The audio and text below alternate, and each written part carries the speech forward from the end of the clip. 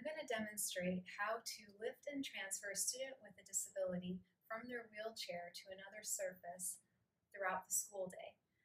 There are two types of lift and transfer. The first type is a one-person lift and transfer.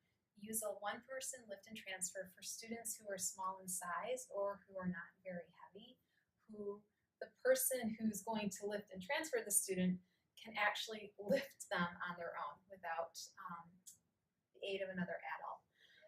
The second type of lift and transfer is a two-person lift and transfer. Use this with students who are taller or who are heavier. With a two-person lift and transfer, there are two ways to do it.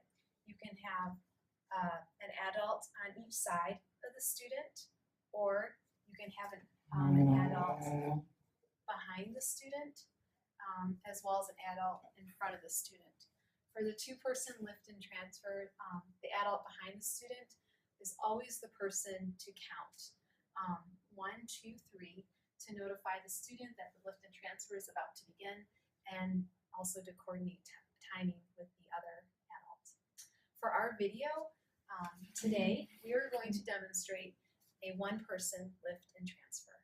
Here's a checklist of things you should do when lifting and transferring a student from their wheelchair to a classroom chair, to a toilet, to the floor, to a bench, or any time you need to lift a student to another position throughout the day. One of the most important things is to always make sure you put your brakes on the wheelchair before you start any sort of lift. It's imperative because you don't want the wheelchair to roll away when you're starting to pick up a student or before you even have begun the process. Another thing to consider when you're unstrapping a student, always unstrap the waist belt last. Our students don't always have good tone and support, and you don't want your student to slip off your wheelchair while you're doing other things such as adjusting the brakes. Another thing to consider is always speak to your student throughout the process what is about to happen. So you don't startle your student, and so they feel involved and they know what's going to happen next. Leading into the next thing, you want to have your student engaged with you during the process. You can have your student count with you during a lift and transfer, saying we're going to count to 3, say 1, 2, 3 with me.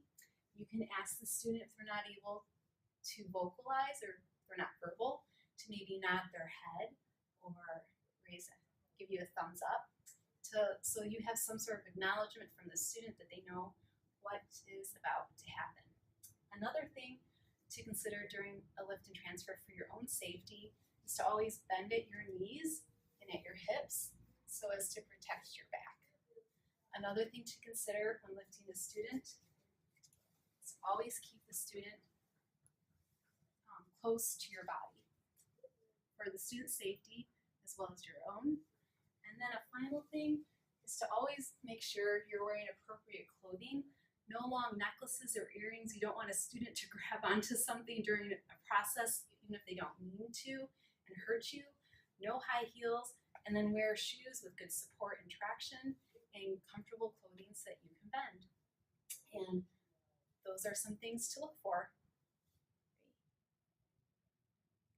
Here's a checklist of things you do not want to do when lifting and transferring a student from their wheelchair to another surface. One of the most important things is to never bend at your waist and lift with your back. That's just very improper positioning, and you can strain your back or even do damage. Another thing you should not do during a lift and transfer is to hold the student away from your body. It's dangerous for the student, and it increases the likelihood that you will drop your student. Another thing that you never want to do with the lift and transfer is to turn with your waist. During a lift and transfer, you always want to pivot with your feet. Another important thing during a lift and transfer is how you actually handle your student. You never want to grab a student and lift them holding their arms or underneath their armpits. That's actually very painful for the student as well as dangerous, and it offers no support for the rest of their body. Another improper handling of the student is to lift and transfer a student, but only holding the student underneath their torso without supporting the student's head as well as their legs. If you have a student without proper tone, their arms and legs would just flop around everywhere, and it's again very dangerous for the student. And I think that covers most of the things that you should not do while lifting and transferring a student. Today I'm going to demonstrate or show you how to lift and transfer a student with a disability from their wheelchair to their classroom chair. The first thing that you're going to do is put the brakes on the wheelchair, on both wheels. After you have the brakes on the wheelchair, you're going to let the student know that you're going to transfer the student. Jake, I'm going to lift you from your wheelchair to your classroom chair. Nod when you're ready. When the student's ready, I'm going to remove the armrests and the leg rests. And then the next thing I'm going to do is I'm going to unbuckle him from his wheelchair, starting at the shoulders if there's any shoulder straps, and the last thing you unbuckle is at the waist. Now I'm going to get ready to lift Jake. For a proper lift, you put your arms behind his back and shoulders, supporting the head if necessary, and underneath the legs. And then you're going to let the student know that you're going to lift him. Jake, I'm going to lift you from your wheelchair. Will you count with me to 3? 1, 2, 3. Lift the student close to your body, holding them close to your body. Pivot and move with your feet. Bend at your knees and your hips and place the student into their classroom chair. Okay, Jake, we're all done. And that's how you lift and transfer a student. So now that I just showed you how to correctly lift and transfer a student with a disability, I'm going to show you a few things that you do not want to do. For example, when you lift a student, you never want to bend at your waist, because if you bend at your waist, you can strain your back and damage your back. Another thing that you never want to do while lifting and transferring a student is grabbing the student by their arms or underneath their armpits, because that could hurt the student.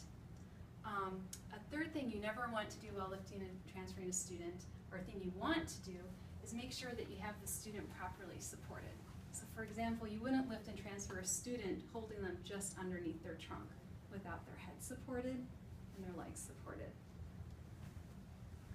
Another thing that you never want to do while lifting and transferring a student is twisting with your body. And the final thing that you should never do while lifting and transferring a student is holding the student away from your body, because then you're more likely to drop the student and harm the student.